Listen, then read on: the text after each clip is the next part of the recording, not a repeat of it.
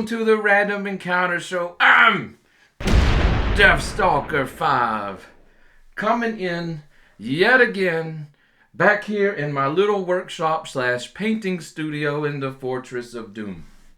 Yeah? This episode's going to probably be very chaotic. If you're new around here, these episodes that we do like this, it's just us chewing the fat. You're back here hanging out with Deathstalker 5, and I'm talking about whatever the heck we get into. Yeah? Script free, definitely. This is really impromptu. Where do we even begin with this? I'm trying to even pick a point, because it's been a lot of stuff going on since our last video. Can I go ahead and tell you that this show's ordained by the Most High? No joke. I don't joke around when I say that. Let me get a better seat on my rolling stool. This thing almost killed me.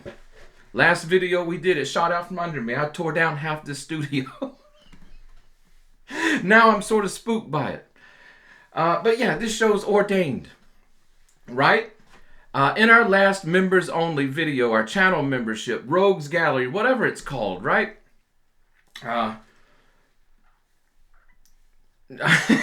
Sorry. I thought I heard something outside, and there shouldn't be anything outside because it's like really late at night.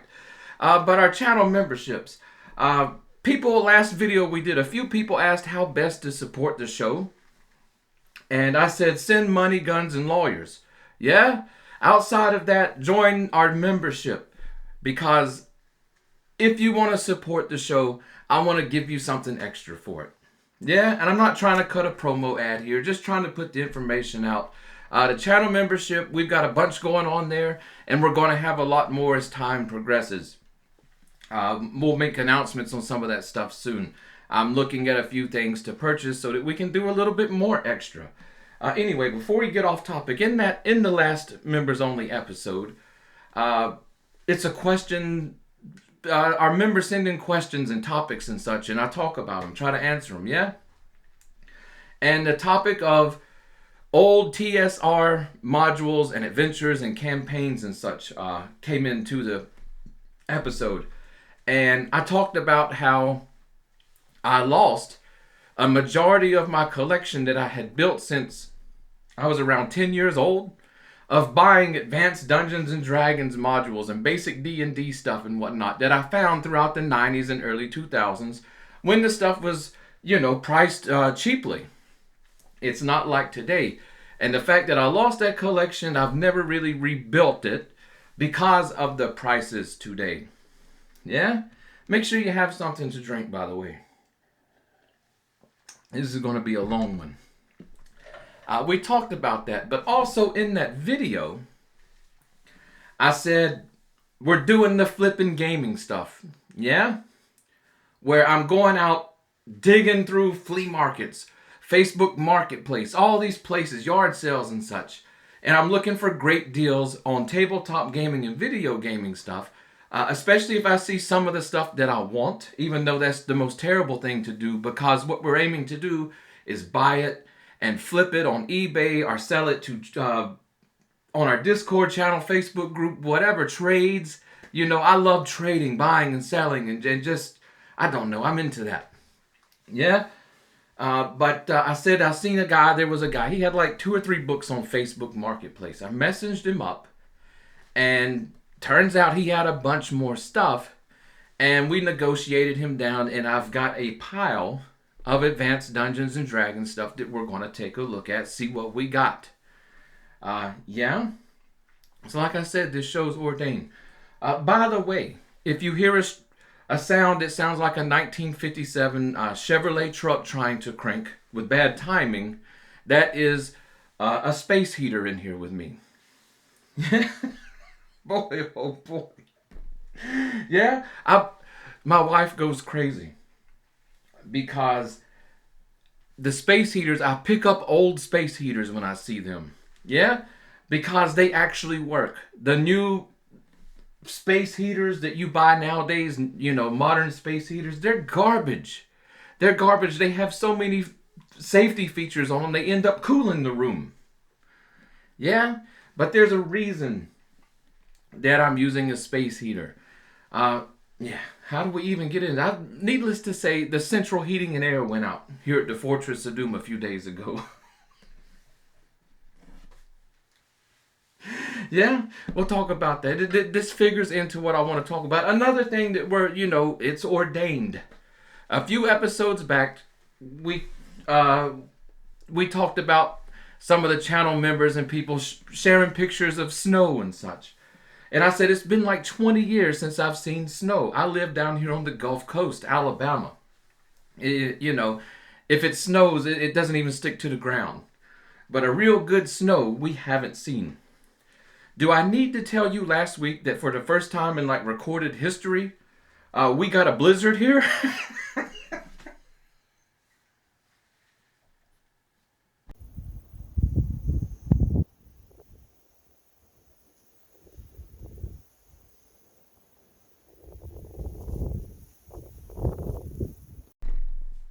Yeah, we got 7 inches of snow in one day. It was fantastic.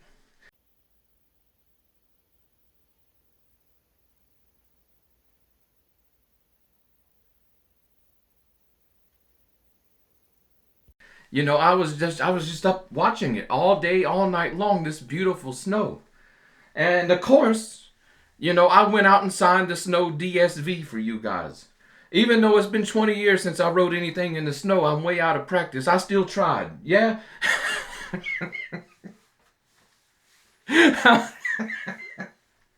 How many subscribers did we just lose now? Yeah. All these new people coming in, getting initiated. You know? Only the real can be around the real. Steel sharpens steel. Yeah, but we got the blizzard. Fired up the wood heater and kept it rolling for like 4 days. I was wore out.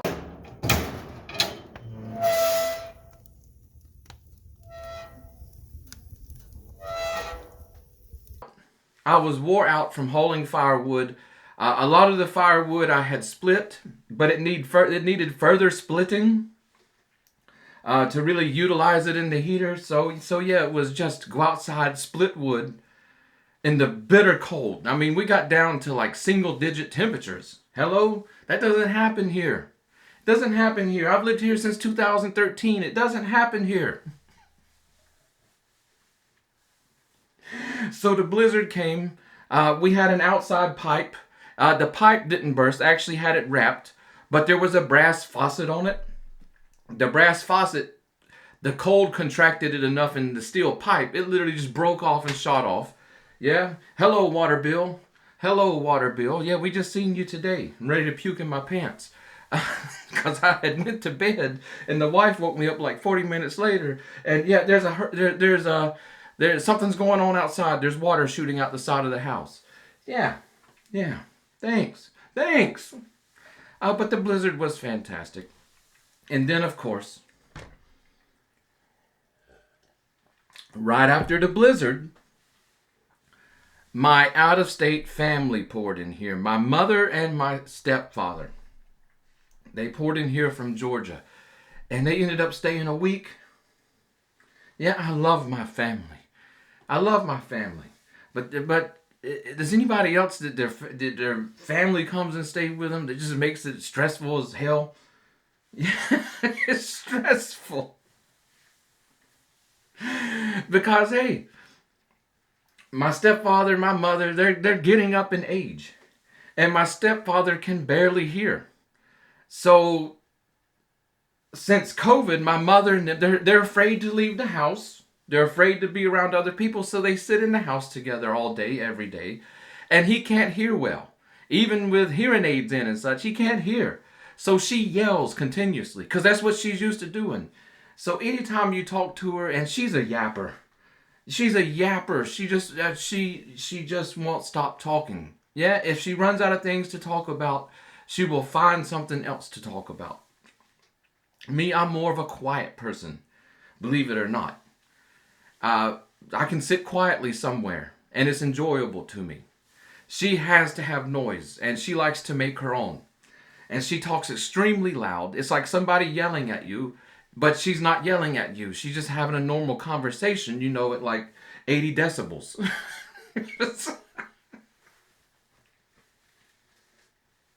And then you say, hey, Mom, you're extremely loud. That gets her agitated and she gets louder. Yeah, so it's just best to sit there and keep her on her minimum level, which will blow your eardrums out. I think back, I said, she missed her calling. She missed her calling. She should have, I don't know, headlined with Motorhead. Yeah, did some lead singing for a metal group. And they would have saved a ton of money because she doesn't need a microphone. Yeah, but we've got them with us. And no lie, it's I got sick from eating. That was number one. I got totally sick from eating. In South Alabama, I live down in the wilderness. But this is the land where like all the best foods in the world meet. Yes, you've got the Cajun style food and seafood of the Gulf Coast, meeting southern fried foods, meeting Hispanic food. Sprinkle in some Greek food, Mediterranean food, some Middle Eastern food with some Asian food on top. And it's just place after place, restaurant after restaurant of food that'll just make you go crazy. Yeah? That's why there's no skinny people in South Alabama. Look up videos in Mobile, Alabama. Look up videos around here. Yeah? You're not going to see any skinny people except Yankees coming down. Damn Yankees. No. That's the only skinny people's the tourists. Guys, you can't make it down here. Yeah, I've fought against it. I didn't win. I married my wife in Israel, moved her over in 2016. She was skinny as a rail, living on that Mediterranean food in Israel. She moved over here. She lasted about 3 months. Yeah, trying to eat healthy. It's over with. And everything down here is super cheap. Yeah, the cost of living is unbelievably cheap in South Alabama. I mean, stupid cheap, and it's across the board. It's across the board, not just food, but everything is just way below national average. Yeah, that's why I love living here. It allows me to be a poor guy that can do pretty good. But regardless, it's anybody comes to visit us out of state, whether it's family, our friends, or whatever. They come down here and they see all these all-you-can-eat buffets and restaurants and such, and they see the prices of things, and then they start trying the food and stuff, and it just goes to absolute insanityville. Yeah, they're down here visiting. They can let loose. But me and the wife, we can't keep up, because we're already trying to pace ourselves. We're surrounded by this stuff constantly, and it's a constant fight not to go out and eat. But when visitors come, it's like the polite thing to do. We're going to go with you. My mother and stepfather and them, they just go crazy. Yeah, it's like breakfast, lunch, second lunch, dinner, and then midnight snack. Yeah, all you can eat buffets, hamburgers, seafood plates, you name it. It's all on the menu. Yeah, we're down here like, I don't know, hobbits or something in the Shire. We're eating so much. It's insane. Yeah, by, 3 days in, my pancreas was hanging down by my knee. And I was shooting Ozempic just to stay alive. What are we even talking about? Oh yeah, the family visiting. It's nuts down here. Anyway, it makes it even more stressful when you're a night owl like me. When I say a night owl like me, I mean a real night owl. Like going to bed at 9 a.m. in the morning night owl. Yeah? We got people visit, like my family. They're always an hour ahead of us, so they wake up like at 4 or 5 in the morning, ready to go.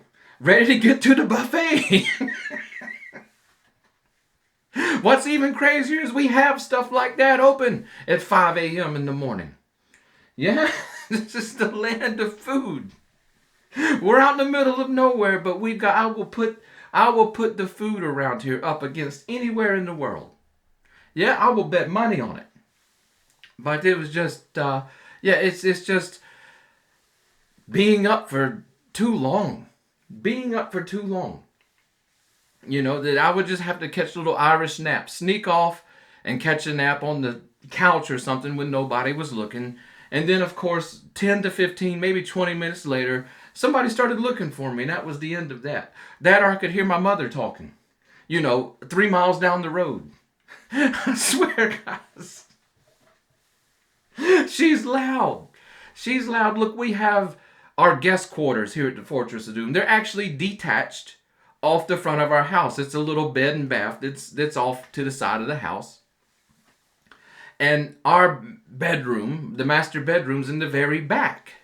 And this is a 4-bedroom house. It's not a small place. But I swear to you that me and the wife, like the second night they were here, we went to bed, and I was just laying in the bed, and I could hear my mother speaking to my stepfather. That's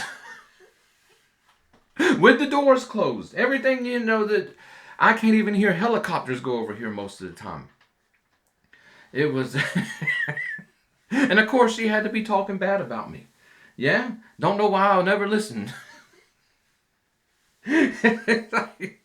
It's like, geez, Mom. I quit being a child like 30 years ago. Am I ever going to catch a break? I don't know. Probably not. But yeah. Last night they were here. I noticed the central heating and air unit making a weird noise. And this is my superpower, by the way. There's no one to call around here for real. Especially on the weekends and stuff. This happened on a Friday night. So I turn off the AC unit and stuff. Get out my tools, open it up. Of course, I have to go through all the wiring. Make sure the thermostat's good. Make sure wires aren't touching that lead to the thermostat. Make sure the power controller's good. Unplugging wires. Multimeter testing. Finally get down the line to the blower relay. Yeah? That's what went bad. Tested it out, no good. So I'm like, geez, I gotta order one of these. I'm sure not going to pay an HVAC person if I can find one. Like $400 to come in here and change a relay. It's my superpower, guys. I've been living out in the wilderness too long. I haven't ran into anything that I can't fix. Somehow, some way. Yeah? Especially with YouTube now. Forget it. Yeah? It's like having a virtual, engineering school on your cell phone. But of course the power relay, I start looking it up online. I've got a weird one. It's, instead of 24 volts or 12 volts, it's a 28 volt relay. And the only place that I can find these are somewhere in China, selling them for like near $100 to get them here. I'm like, no way. So I bought a used one on eBay that's guaranteed to work. So we'll have it supposed to be here tomorrow. Yeah? And so hopefully we'll have the central heating and air rolling again. It's just our space heaters for now. What else is going on? I don't know.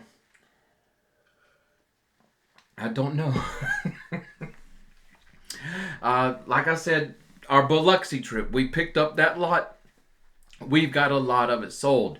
There's still that's why we're not on the table. There's still some of the stuff on the table, all organized up, ready to ship once it sells on eBay. And a few more things we got to pop on eBay. And then I'm also selling off some stuff out of my own personal collection. Because I'm doing this flipping, I'm doing buying. I'm buying specifically stuff that I want for the show. Yeah? If you're thinking about doing a gaming YouTube channel, be ready for what you want to do. Your taste in gaming to change a little bit. Now, I'm not changing my hobby or anything, but there's stuff that I just look at and it's like, I'm not really interested in that so much. And I don't think it'd make interesting YouTube content, but I do have things that I'm super interested in that would make good content and help us with some projects that I'm personally working on and building to put on the show. Yeah? So we're making room, we're buying, we're flipping, etc. Like I said, this AD&D lot popped up on Facebook Marketplace. I'll give you some tips if you want to get into flipping gaming stuff or whatever. The guy had a few books up. I said, I'm really interested in this, but I'm not. Pensacola's like an hour and a half drive. Uh, not that long. Maybe an hour, 20 minutes. Yeah, well, that's not too far from an hour and a half. But I said I'm not really interested in going down and picking up like 3 books, even if they were free. That's quite a ride. You know, that's going to be near 3 hours round trip. So I messaged him and he says, yeah, I've got more stuff. I just haven't it listed yet. Always ask these people, talk to people on Facebook, be cordial to them, be nice, and just ask them questions and such. You'll never know what you're going to find. So of course he said, yeah, I've got a lot more stuff here. And he sent me some videos and stuff of it. And I asked him what he wanted. I was waiting for the astronomical price because the first thing he told me is that this stuff is worth thousands on eBay. That's number one warning. Yeah, that I don't care what anything's worth on eBay. If I wanted to pay eBay prices, I would buy the stuff on eBay. Yeah, no, I'm coming to your house. I'm digging through stuff that's molded and dusty to get to what I want. Yeah, we're not paying a premium for anything. He said he wanted $250 for the stuff. And I thought about it and looked at what he had. And I said, that's not too bad of a deal. But Deathstalker 5, when he's doing his flipping and buying and all this, he will never pay what you're asking. Unless it's just an extremely good deal. So I said, I would be more comfortable buying this for around $200. Because we're making this trip. And I really don't know what I'm getting. You always got to have a safety margin in there. You could buy stuff like some of this stuff. We'll take a look at it. It's probably going to go into the trash can. Yeah? But you got to have a safety margin in there. So I knew that if I offered him $200, he probably wouldn't go for it. But I said, what about $180? That's what I sent him an offer. I talking to him. It's like, hey, I got to drive down there. All this kind of stuff. I don't know if anything's complete, etc. The box set, whatever. I don't know. And he was a young guy that only had known online 5th edition D&D. He picked these up. Somebody gave them to him something. Looks like they've been sitting in a basement for a long time. He knew nothing about them except they're worth thousands on eBay. Yeah, right. Okay. Well, you got some white box sets in there. Some wood grain sets. Gary Gygax's dentures. I mean, what are we talking here? You don't have stuff worth thousands. Yeah? Maybe a couple of hundred, few hundred. I don't know. That's what we're going to find out. So I sent him an offer of $180. And I said, if he takes that, that'll be great. But more than likely, he's going to come back with an offer near $200. Sure enough, boom, he says, just give me $200 for the stuff. Yeah? That's what I wanted. Threw the wife in the car and we got down there because D&D, just because of the name, it's way more popular than some of the more obscure stuff. Stuff that I would actually like to find, Rollmaster collections. Anybody got something they want to sell? Obscure RPGs that I dig into and actually enjoy. Yeah. Anyway, he took the deal. We went down to Pensacola. We picked it up. A lot of this is in pretty rough shape.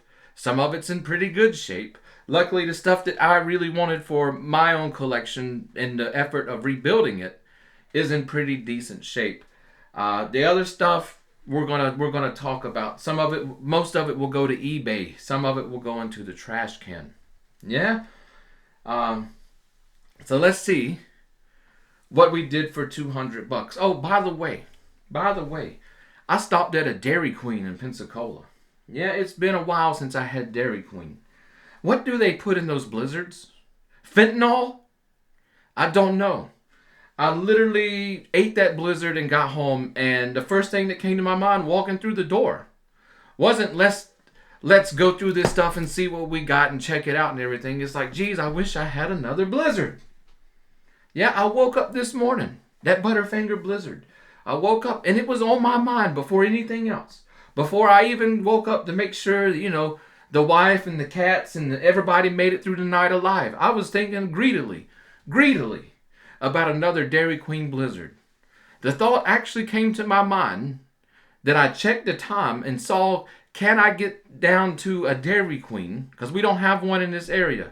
It's a drive. The closest one's like 40 minutes away. I said, but can I get to a Dairy Queen and order a Blizzard?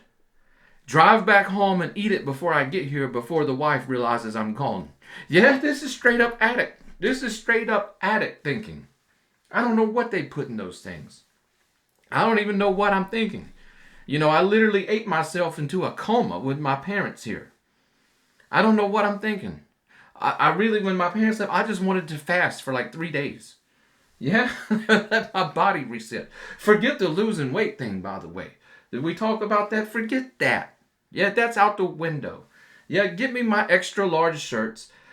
Get me a few more pairs of sweatpants. I'm done. I'm out. Yeah, I'm out.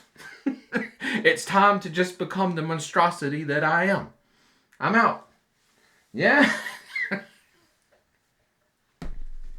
Dairy Queen is gonna kill me.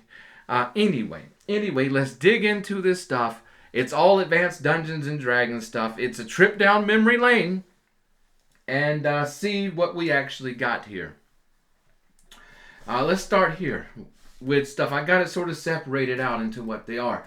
Up top, we got Volume 1 of the Monstrous Compendium. Yeah, you guys remember? Or maybe you weren't around, so you're learning something. When 2nd edition came out, which was the current edition of D&D when I started playing. Even though I didn't get into 2nd edition, we were playing with basic and 1st edition stuff because we were kids and they were affordable. We used to save up lunch money, you know, and go find the weak kids on the playground and take what they had. No, I'm just kidding. I'm just kidding. No, we'd save up lunch money, allowance money, and the older kids in our school, because we were mixed in with the high school kids, middle school kids and stuff, role-playing games were big. This was the early 90s. They were big. And a lot of the kids and teenagers and stuff were into them. So we would go to them. They were all playing the 2nd edition, and they pawned their 1st edition books off on us for cheap. Yeah? That's what we did. We didn't shake any of the kids down. If in fact, if anything, I was always, what's that Man of War song? Defender? Yeah, that was my song. I always made friends with the underdogs. And I was like their protector. I was like their defender. I am the defender that God has sent. You are the defender. Ride like the wind. Yeah? So, yeah. But anyway, yeah, I remember all this 2nd edition stuff, even though I never got into it. And I've had a few things 2nd edition here and there. And it's just, for whatever reason, maybe we'll talk about it a little bit. It's just not been an attractive edition of D&D to me. This compendium, one thing I will say is, let's open this up. Just take a look. Yeah? The stuff they released for game masters and such to put in here. Look at the artwork. Yeah? 2nd edition D&D might have had the best fantasy artwork of any role-playing game. Certainly that I know of. Just killer artwork all the way through. So you got your artwork inserts into this folder. And then you got full-page treatments on all the monsters and such. Yeah? It was a neat idea. And I think the idea is that a dungeon master could take the pages that they want out of their 3-ring binder and keep them behind the DM screen without having to have a full monster manual on hand and such. And I know there was at least 2 volumes of this that was released. Maybe there was 3. I don't know. I've like I said, I've never had one of these binders, so it's really interesting to me. What I do remember and what I have had before is the later in the 90s, they released the Monstrous Manual 2nd edition D&D in the form of a hardback book. This is one that's going to go to the trash can more than likely because it's been extremely, well, not extremely, but it's been water damaged. Yeah, I may end up keeping it. It's a very handsome tome. See, this is what I'm talking about. Why we may keep it or we may not. The pages are stuck together. If I can successfully remove the pages being stuck together without tearing up this book, I may just keep it. Honestly, it's a very handsome tome of the most popular monsters and such of the D&D game. I say that I may keep it or may throw it away. It's not worth selling on eBay. Yeah, I wouldn't sell something in this condition to someone on eBay. Up next, what do we have? We have the second edition Dungeons Master's Guide. Yeah? Never had this. It'll be interesting to poke through and take a look at what they had for second edition. I highly doubt it's anywhere near first edition AD&D Dungeon Master Guide by Gary Gygax. But we will find out. We'll find out about that one. Up next, we have second edition Tome of Magic. Yeah, this one's in pretty decent condition, except it has tabs someone's taped in there. We may possibly pull them out.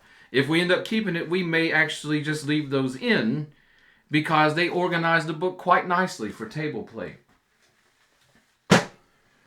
Up next, we have a second copy of the Tome of Magic. This one pretty beat up. Yeah, but still readable, still playable. So, this could go to eBay, or the other one can go to eBay, whatever. And these books typically, these books aren't in great condition, but you could probably get $10 a book for these pretty easy.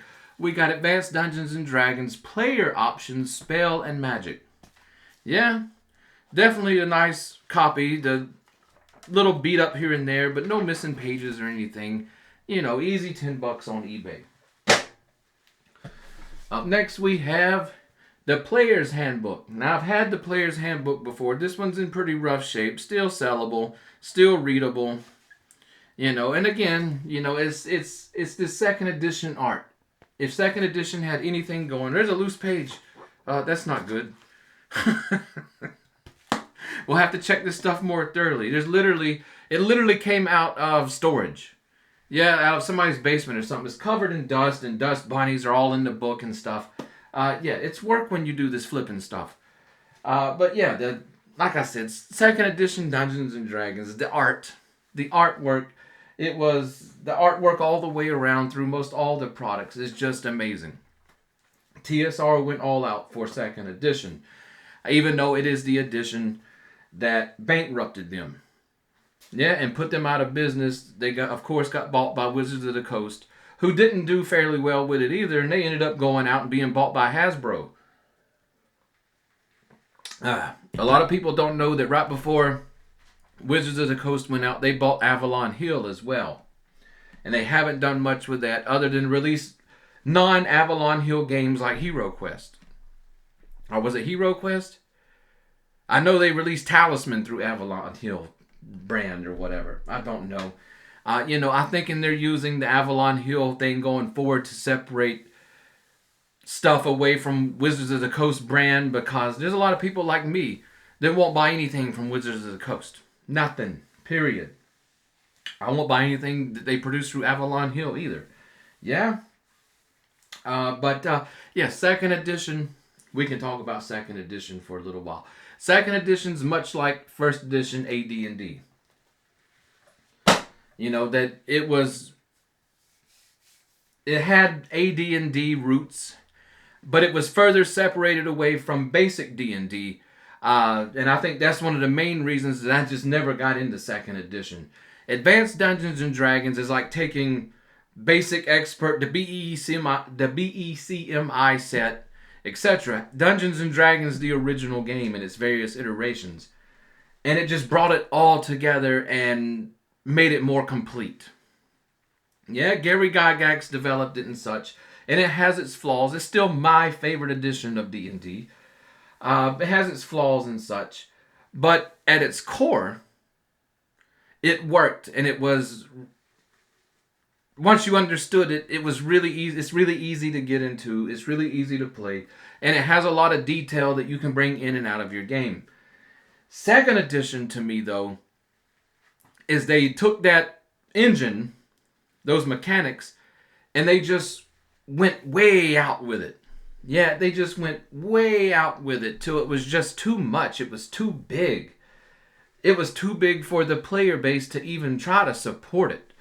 And then you had all this stuff that would come out with player options and all this kind of stuff. And Dungeon Masters, I guess, they felt a need to allow it in their game. Their players are spending money on this stuff. Yeah? And then the other thing was the massive amount of campaign settings. And every campaign setting came with basically its own version of the second edition rules tailored for that campaign. And we've talked about this before, but I remember second edition, the era. No one claimed that they played second edition Dungeons and Dragons. Everyone identified themselves as, I'm a Forgotten Realms player. I'm a Birthright player. I'm a Dark Sun player. Because, I don't know, there were so many campaigns. Everything was so spread out. It was just too big. And it was too much to try to bring all this together at the table, at least for me, to support just a class and level style D&D system. Yeah, that's why I look back to first edition and the original iteration of Dungeons and Dragons, and that's more like home to me. Yeah? Anyway, let's keep digging. We've got the Castle Guide. It's all about how to build and run castles in your game world. And these books are actually, they can go for a little bit. Yeah, I haven't looked up the Castle Guide. I have looked up this next book. It's the Complete Book of Necromancers. Yeah?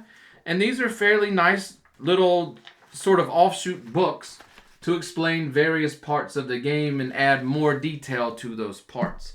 The Book of Necromancers, this one's not in great condition. If it was in pristine condition, you're looking at near $200. So I'm looking at 130 here, 120. The Complete Barbarian's Handbook. This one looks to be pretty rare. I just did a cursory look on eBay for some of these right here and some other stuff, just to make sure we were good to go on this lot. The Barbarian books actually looks like it's pretty rare. It goes for around $100, and this is a really nice copy, so that's nice. We got the Complete Psionics Handbook. A lot of these, if I don't mention it, you can expect $10 to $20 each. This one, Charlemagne's Paladins. It's a campaign setting. Pretty nice condition little book. I seen this one on there. It was going for more around $50, $60. Same with this Vikings campaign source book. Yeah? $50, $60 on eBay. The rest of these I really don't know. Most of them look like I said, $10 to $20 a piece. You got the Complete Ranger's Handbook. The Complete Fighter's Handbook. The Complete Paladin's Handbook. The Complete Thief's Handbook. The Complete Ninja's Handbook. And the Complete Wizard's Handbook. If I was really wanting to get in the second edition, this would be a good place to start. But again, that I'm not really looking to get in the second edition. So just off these books alone, this lot has more than paid for itself. Yeah? Even if we didn't sell any of the sort of player handbook, Dungeon Master Guide, Monster Manual, etc. If I sold those, they would go pretty cheap, but that adds to the pile of stuff that we could sell. But just off those leatherette, these type books here, because they're in fairly decent shape, yeah, and that we got so many of them, it more than pays for the $200 that we paid for the lot. Up next, we got the Elminster's Ecologies. It's for Forgotten Realms 2nd edition AD&D. Yeah, Forgotten Realms came out. Was there anything early Forgotten Realms for 1st edition AD&D? I don't think so. It was 2nd edition. We saw the Forgotten Realms kick off. This normally goes, $30 to $50. This is complete, and there's actually some extra stuff in the box set. Up next, we got Forgotten Realms campaign settings Shadow Dale. Yeah, little soft-cover TSR manual. Again, the artwork here. And, you know, say what you want to about TSR during 2nd edition. They still went all out for their campaign modules and campaign settings and such and adventure modules. And it was still more hobby gaming oriented than off the shelf gaming. They gave you stuff to work with here for as long as you wanted to work with it. I don't know what this goes for on eBay. I would guess probably $20 or so. Up next, we have another copy of Shadow Dell. This one got a torn cover on it. Up next, oh boy, we got Van Richten's Guide to Fiends for Ravenloft. Yeah, 2nd edition. Ravenloft 1st edition, absolutely loved it. Yeah, may see what this goes for. If it's not going for much, this might be a neat one to keep. It's a whole sort of adventure module of these interdimensional fiends coming into the land of mist. Yeah. Where are we gonna put this? We'll put it here. So we got something Ravenloft. That's exciting to see. I haven't owned anything Ravenloft since I lost the collection. Up next is a grand tour of the realms, Forgotten Realms. So we got a campaign setting for the Forgotten Realms themselves. That will go along with the ecology books that cover all the monsters and places and such at certain parts of the Forgotten Realms.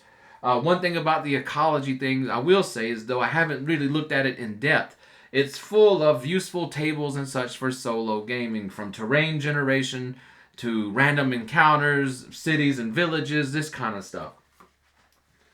So definitely interesting stuff. Forgotten Realms, Volo's Guide to All Things Magical. Yeah, now I don't know the prices of any of this stuff. Forgotten Realms, Running the Realms. So sort of a Dungeons Master's guide to how on NPCs and cultures and using maps and different things for the campaign setting of Forgotten Realms. Forgotten Realms, Spellbound, The Runes of Chaos. Looks like an adventure module. Another one from Spellbound is The Throne of Deceit. Sorry for the lighting in here, guys. Sorry for the lighting. It's not necessarily the lighting, it's the camera. It's been difficult with the camera over lighting. Forgotten Realms looks like a big campaign setting book for the religions of the realms. Faiths and avatars.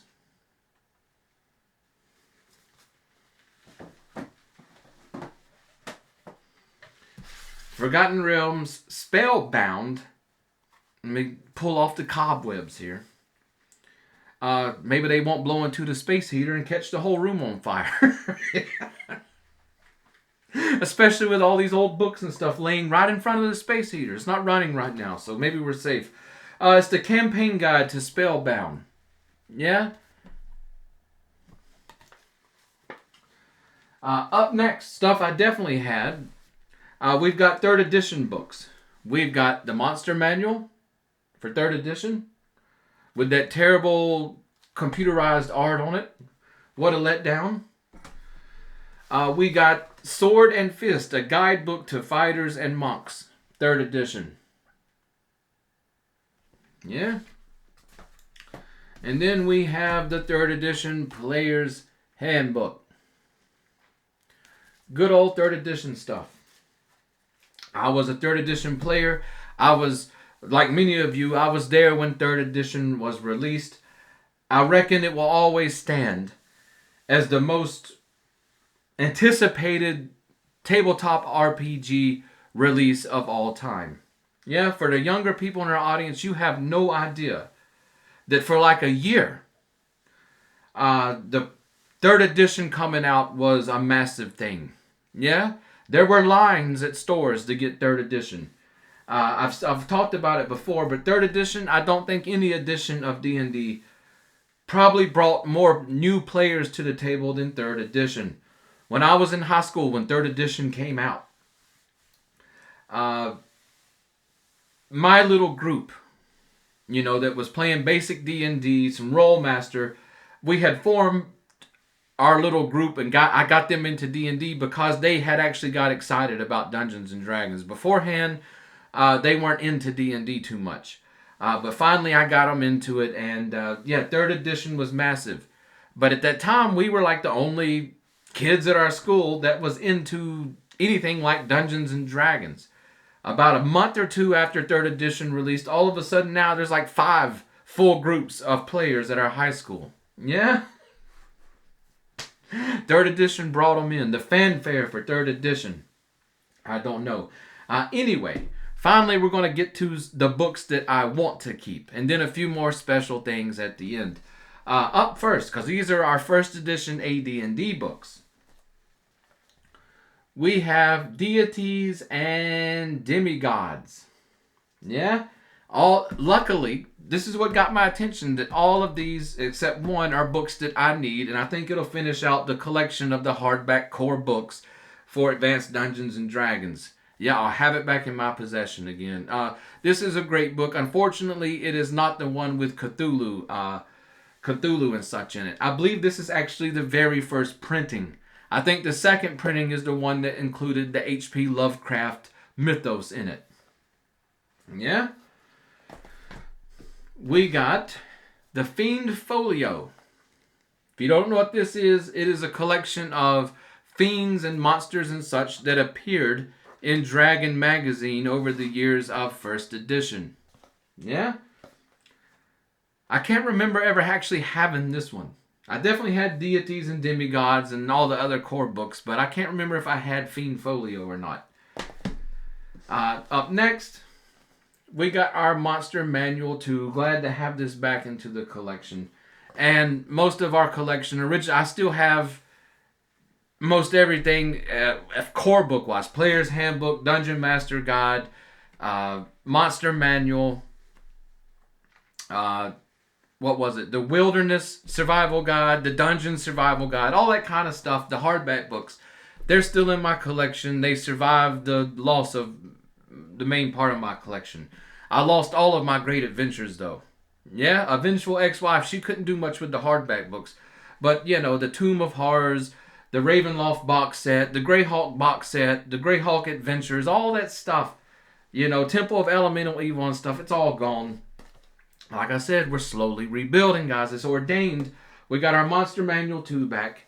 And then one thing, I don't know if I'm going to keep it or not. Probably going to keep it because I've always loved the cover art for it. It was the first book published for Advanced Dungeons and Dragons in 77? Maybe it was 78. It's the original Monsters Manual. Yeah? Can you identify all the monsters on the Monster Manual? It actually makes, let's see if we can do it here. There you go. Sort of one painting over the covers. Yeah? Glad to see this. I've always had the Orange Spine Monster Manual. So getting this one in is sort of exciting for me. Yep, and these Advanced Dungeons and Dragons book, they're all in relatively good shape. They must have been stored somewhere else than the 2nd edition of stuff, or wherever they were stored, because some of those have a little bit of water damage and such, but these are in much better shape here. They still have their original price tags in them as well. Let's see if I can find one. Yeah. Look at there. Could you imagine if we could still buy Advanced Dungeons and Dragons 1st edition stuff for $10.86 a book? Yeah? My collection would have went back to, in fact, I'd probably have a complete collection of AD&D stuff with those wonderful prices. Let's talk about a little something special I found in the lot. As you can see, though, even if I keep the 1st edition stuff, we've more than paid for our lot here.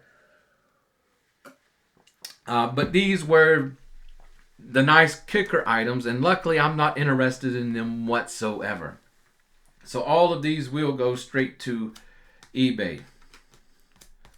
Yeah, once I remove what looks like a 100-year-old booger off the cover.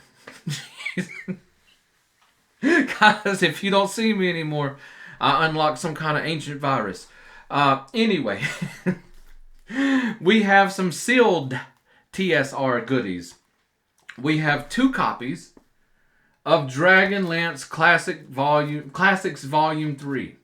Yeah, looking on eBay, 110, 120 a piece. Yeah, these 2 right here pay for our lot, basically. Not counting shipping and eBay fees, but still coming close with just these 2 items to paying for our $200 lot. Up next, we have a campaign that I actually, for 2nd edition, I used to be into. I played it with 1st edition stuff. Just if stuff was in there that wasn't in 1st edition, either avoid it or just make up for it, you know. But it was the Birthright campaign. This is an adventure module, Tribes of the Heartless Waste. Birthright, you can think of it sort of like Conan the Barbarian with a little more Tolkien influence. You know, you got elves and such in here, and also more of a barbarian, Viking, Mongolian, Genghis Khan sort of influence, even though that was very heavy in Conan, especially the movies and such. But we got a sealed Birthright. I don't know what this will go for, but it'll probably fetch us more than 20 bucks. We got 2 copies of Dungeons and Dragons Country Sites. Yeah? Sealed. Don't know what they'll go for, but probably better than 20 bucks. These are nice sealed, pretty pristine copies. This Country Sites, though, you know, I took a look at this because we also have a non-sealed version of this. And this looks really good. You know, I've never come across this supplement before. Probably no matter what edition of D&D that you're really playing. Well, how many is there? 11 country sites. So for characters out exploring the country and such, wilderness and such. These are all pre-written places that are pretty agnostic to setting or campaign that you can drop right in and start exploring. As a solo player, I like that. Now, there's not a lot of tables or anything in here. Excuse me. But we can definitely take the information that's in here and create some random encounter tables, some random event tables, and such for things. Build some social encounter tables, etc. And utilize this module to a more full potential for solo play. Yeah? So that's what we got in that lot for $200. I think we did pretty well. We're not going to do anywhere near as well as we've done with the lot we bought for $80 from Biloxi. I've been selling that stuff. I'm surprised at some of the prices that we got for that stuff. Like the Marvel Crisis Protocol stuff. The loose. I have no idea what's complete or broken or what. Literally just a pile of 40K loose miniatures and bits and pieces. You know, somebody gave us $140 for that. They paid near $200 for the Marvel Crisis Protocol stuff. And we've sold multiple things out of that in just some pieces, some small lots, etc. Yeah? So we definitely came up with that. And it's allowing me to buy a bunch of stuff, like I said, for the show and for use around the studio and such things. Yeah. Nothing too terribly useful, though. You'll hate to see what I bought, but it'll be fun for us. With this, I don't know what I would estimate this at. I don't know what I would estimate it at. I would say we'll clear $500 pretty easily. Yeah? With those sealed modules and such, with all those player books and all this kind of stuff for 2nd edition. We got some 3rd edition stuff. You know, we've got the box set ecologies and the binder for the Monstrous Compendium. You know, I'm sure we'll clear $500 on that. If we're lucky, we'll probably get it much above $500. I don't know. You know, when you go to adding this stuff up, we'll see. I'll let you know if you want to know. Anyway, guys. Anyway, I hope you're all doing well. We're almost an hour in here. We've been rambling too long. It's probably about 3 a.m. in the morning here. I'm going to be up for a while. We're going to edit the video and get this uploaded. You'll probably be seeing this more tomorrow afternoon or today's afternoon, really. So yeah, I got a bunch of stuff that I want to get into and work on as soon as I get the video finished, and probably hit the bed, if at all, around 10 or 11, but more than likely just going to stay up. Yeah, anyway, glad you tuned in, and we'll be back with gaming material. I got some solo stuff I want to cover. Yeah, you guys just have to forgive me. It's doing the buying and flipping and such, working on projects and stuff. Here lately, all I've had time to do was drop in and take a look at things and hang out with you. Hopefully that's okay. I talked about this in the members video, that we're hanging on by tooth and claw. You know, our teeth sunk in to be some of the last remnant of what YouTube used to be. Yeah? I used to love watching YouTube. Now I can't stand it. A lot of people ask me, do you watch this channel, this channel, this channel, this channel? The answer is basically no. I rarely tune into YouTube. I'll tune in to see, you know, like Solitary RPG, Adventures with Dice, Willy Muffin, etc. See what they're talking about and watch their videos and stuff here and there. But for the most part, I don't watch a lot of YouTube because the big corporate media conglomerations have pretty much taken over and dominated YouTube. Outside of that, it's a lot of studios and such that have corporations and whatnot behind them and funding them and such. And yeah, I miss the old days when I could get on YouTube and maybe I got interested in some weird thing. Maybe it was first edition D&D. Maybe it was building a boat by scratch. You know, maybe it was just, I don't know, old computers, Atari games, I don't know, just this type of stuff. And you tuned in and it was people like myself. Average people, everyday people, sitting in their home, sitting in their office, out in their yard, off in the woods, you know, doing whatever. And just sharing their expertise, sharing their hobbies, sharing their knowledge with people on YouTube. Yeah? So I try to hang on that the best I can. Yeah, it's not hard because I'm not part of any kind of media corporation. I don't have anybody backing me. Yeah, I have no clue what I'm doing. In case that's not just readily apparent. Even Ray Charles could see that, yeah. So yeah, this is what it is. I like to come on, even if we're not going to do anything professional, we're not going to set up anything, whatever. I still love to come on and just talk with you. This community is amazing. If you're still here and this is your first time tuning in, don't be afraid to check out links below in the description of the video, our Discord channel and our Facebook groups. You know, I love to share my hobbies, of course, here on camera on YouTube. I also do a lot of sharing in the Discord and Facebook groups and stuff when I have time. Mostly use it so that I can chat directly with our community, the Random Encounter Army. And my favorite thing to see is other people posting up what they're doing in the hobby and such. You know, that I love to see that. Yeah, we're very much a community-oriented channel around here. Anyway, I'm going to quit rambling. I'll see you guys very shortly here on the Random Encounter Show.